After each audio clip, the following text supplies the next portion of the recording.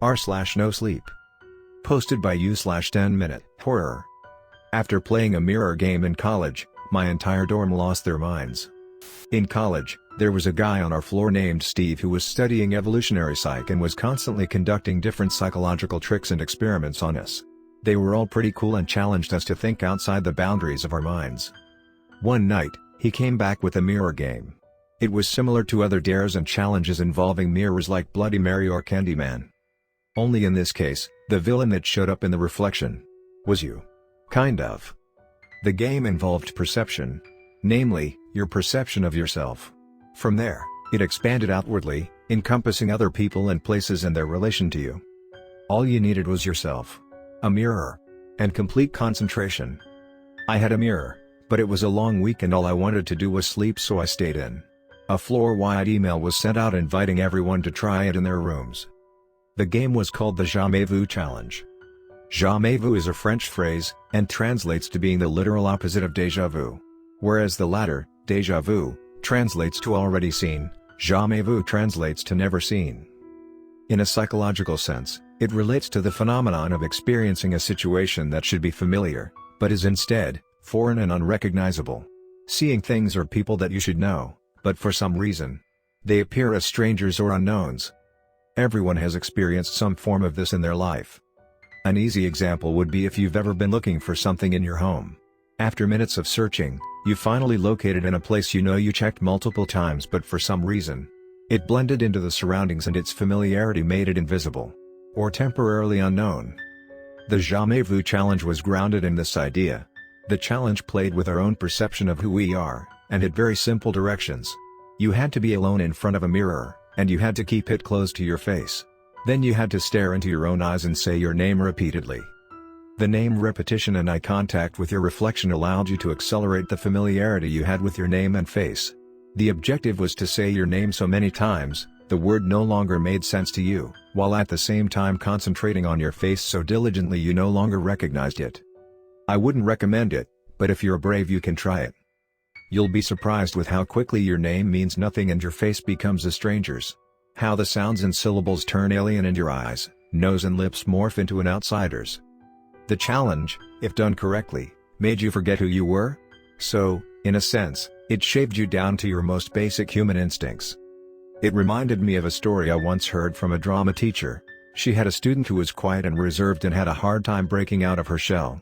The teacher convinced her to do a heavy scene that involved a loud scream at the end. The student played the part well, but couldn't manage the scream in the finale. The teacher pushed the student and kept at her, trying to pull out something deeper. Then she did. The student began to scream. A horrific, guttural shriek. And she wouldn't stop. She just kept going. The teacher tried to calm her down. The other students tried as well. But it was like a switch had been flicked deep inside the student, and some electrical bolt of emotional fear charged through her. The screams were terrifying. They were animalistic. They sounded far down the evolutionary rabbit hole. The student found something, somewhere inside of her that was so unsettling it made several other students throw up. An ambulance eventually arrived and the student was taken away. Even as she was driven off, you could hear her screaming. The teacher never saw or heard of the girl again. Which was annoying because I wanted to know more. I always pictured the student in some asylum. Probably sedated. Her vocal cords numbed down. But still trying to scream. The switch inside of her somehow still stuck in the on position. My roommate Ally told me she was joining the challenge and was doing it next door. I had zero interest in that and fell asleep on the couch. A storm hit that night. I woke up just before midnight from knocks at the door between claps of thunder. The knocks were uneven and strange. And the door was unlocked. I opened it to find Ally. She was frazzled and nervously trembling as she looked in at me. I warmly reached out to wave her in, but she pulled back. Ally looked at me like I was someone she didn't recognize. Or know. Or trust. She looked back down the hall, which I realized had smoke gathering in the air. I peeked out and saw the smoke coming from a room down the hall. I heard movements and struggling sounds coming from the rooms. Everything felt off. I reached forward again, warmly, and this time Ally was receptive. I put my arm around her and guided her in. She became like a baby under my arm, infant-like as if needing protection. I tried to talk to Ally, but she wasn't speaking right. Her words were coming out in long, strangely connected mumbles. They sounded backwards and upside down, like a stroke having a stroke. I brought Ally to the bathroom and closed the door to give her privacy. She behaved like she didn't want me to leave her, but was unable to speak the words. It was also bizarre, I felt like I was still sleeping. I panicked, wondering if I should call the RA or go straight to calling an ambulance.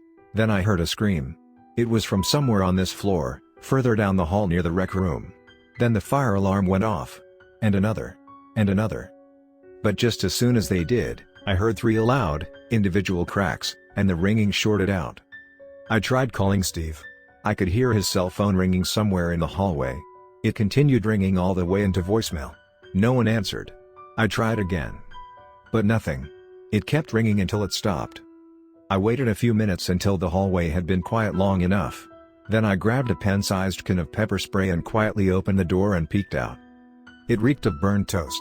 The hall was filled with smoke now and I could barely see the next door. I crept along the wall, passing the closed doors of other students' rooms. Behind some of the doors, there were sounds.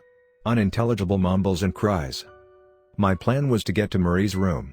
She was our RA, and her room was at the far end of the hallway near the kitchen area. I continued along the hall and passed through the rec room. The TV was on, and an old episode of Jeopardy was playing. Laughlin, one of the guys on our floor, was sitting in front of the TV, staring mindlessly and mumbling the same way as Ally.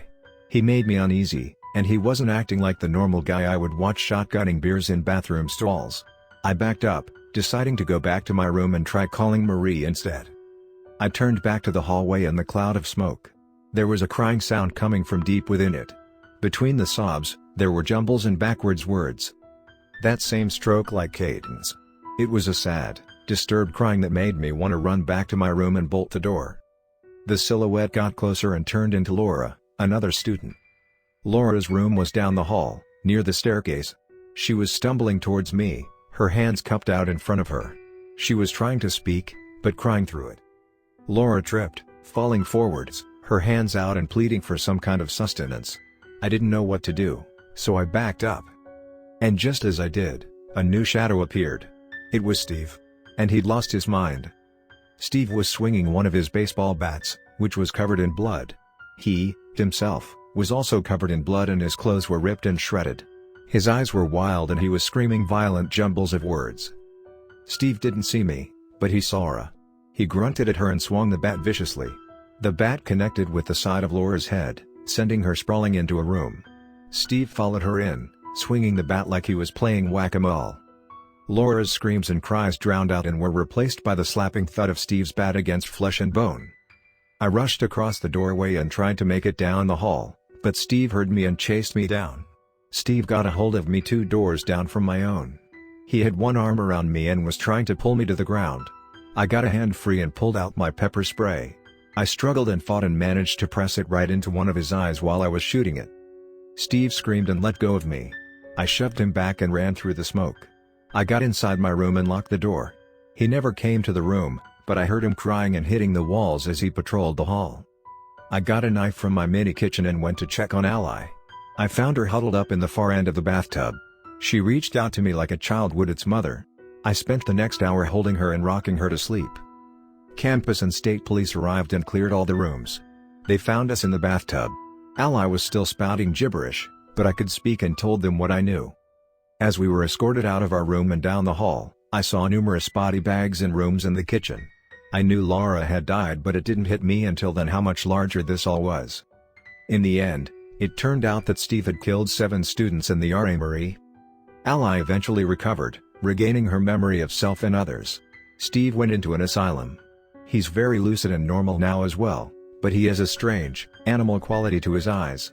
Like everything he looks at as prey. Most people would be terrified if they looked in the mirror and what they saw back wasn't their face, but their character. And it's made me wonder what mine would have looked like if I'd done the jamais vu challenge. If I would have been like Steve, and fallen into a deep, evolutionary well that supercharged my limbic system. If the lizard tail in my amygdala would have brought me back to infancy, or turned me into something dangerous. I'll never know.